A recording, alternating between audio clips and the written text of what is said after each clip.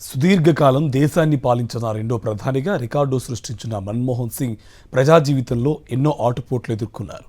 UPA 1లో సాధించిన విజయాలు, UPA 2లో అవినీతి మరకలు ఈ ఆర్థిక సంస్కర్తకు తీపి చేదు జ్ఞాపకాలు.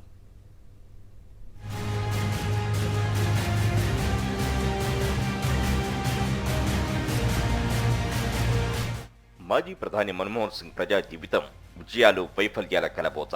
భారత తొలి ప్రధాని జవహర్లాల్ నెహ్రూ తర్వాత సుదీర్ఘకాలం ప్రభుత్వాన్ని నడిపిన నాయకుడిగా, దేశానికి తొలి సిక్కు ప్రధానిగా రికార్డు సొంతం చేసుకున్న ఆర్థికవేత్త. తొలి 5 ఏళ్ల పదవీ కాలంలో దేశ ఆర్థిక రంగాన్ని ఉరుకులు పరుగులు పెట్టించారు. కానీ యూపీఏ 2లో ఆయన ప్రభుత్వం లెక్కకు మిక్కిలి అవినీతి ఆరోపణలతో అప్రతిష్ట పాలైంది. పివి నరసింహారావు ప్రభుత్వంలో ఆర్థిక మంత్రిగా వెలుగులోకి వచ్చిన మన్మోహన్ విప్లవాత్మకమైన సంస్కరణలకు బాటలు పరిచారు. 1991లో మొదలైన ఈ సంస్కరణల పర్వాన్ని ఆ తర్వాత వచ్చిన ప్రభుత్వాలు కూడా కొనసాగించాయి. గతంలో ప్రభుత్వానికి ఆర్థిక సలహాదారుగా, ప్రణాళిక సంఘం డిప్యూటీ చైర్మన్గా, రిజర్వ్ బ్యాంక్ గవర్నర్గా అపార అనుభవం గడించిన మన్మోహన్ 2004లో అనూహ్యంగా ప్రధాని పీఠాన్ని అధిష్ఠించారు. నాటి సార్వత్రిక ఎన్నికల అనంతరం కాంగ్రెస్ అధ్యక్షురాలు సోనియా గాంధీ ప్రధాని పగ్గాలు చేపడతారని అంతా భావించినా ఆమె మన్మోహన్ పేరును తెరపైకి తెచ్చారు. 2004లో మిత్రపక్షాలు, ప్రత్యేకించి లెఫ్ట్ పార్టీల నుంచి అనేక ఒత్తిడి ఎదుర్కొన్న సంకీర్ణ ధర్మాన్ని కాపాడుతూ మన్మోహన్ పూర్తికాలం పాటు అధికారంలో కొనసాగారు. అమెరికాతో పౌర అణు ఒప్పందాన్ని వామపక్షాలు తీవ్రంగా వ్యతిరేకించినా చివరికి ముందుకే సాగారు.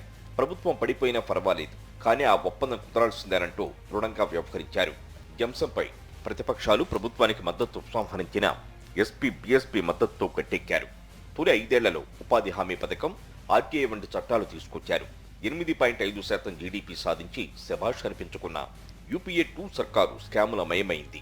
2G, కామన్వెల్త్, బొగ్గుకున్న అవినీతి మరకలంటుకున్నాయి. కోల్ స్కామ్లో ఏకంగా మన్మోహన్ పైనే ఆరోపణలు వచ్చాయి. అన్నా హజారే వంటి సామాజిక ఉద్యమకారుడు అవినీతి వ్యతిరేక ఉద్యమాన్ని నడిపి ప్రభుత్వానికి ముచ్చెమటలు పట్టించారు. కళ్ల ముందే అవినీతి జరుగుతుంటే చేతులు ముడుచుకుని కూర్చున్నారని ప్రతిపక్షాలు విమర్శనాస్త్రాలు సంధించాయి. దేశ చరిత్రలోనే అత్యంత బలహీన ప్రధాని అని, రబ్బర్ స్టాంపు ప్రధాని అన్న విమర్శలు ఎదుర్కొన్నారు. మన్మోహన్ కు సలహాదారుగా పనిచేస్తున్న సంజయ్ బారు, ఇతర ఉన్నతాధికారులు రాసిన పుస్తకాలు కూడా ఈ విమర్శలకు బలాన్నిచ్చాయి. అయినా తన పని తాను చేసుకుపోయారు మన్మోహన్ సింగ్. విమర్శలకు నొచ్చుకున్నా ఎప్పుడూ భయపడలేదు. ఆఖరికి అధిష్టానమే తనను నొప్పించిన కాంగ్రెస్ విధేయుడిగానే కొనసాగారు.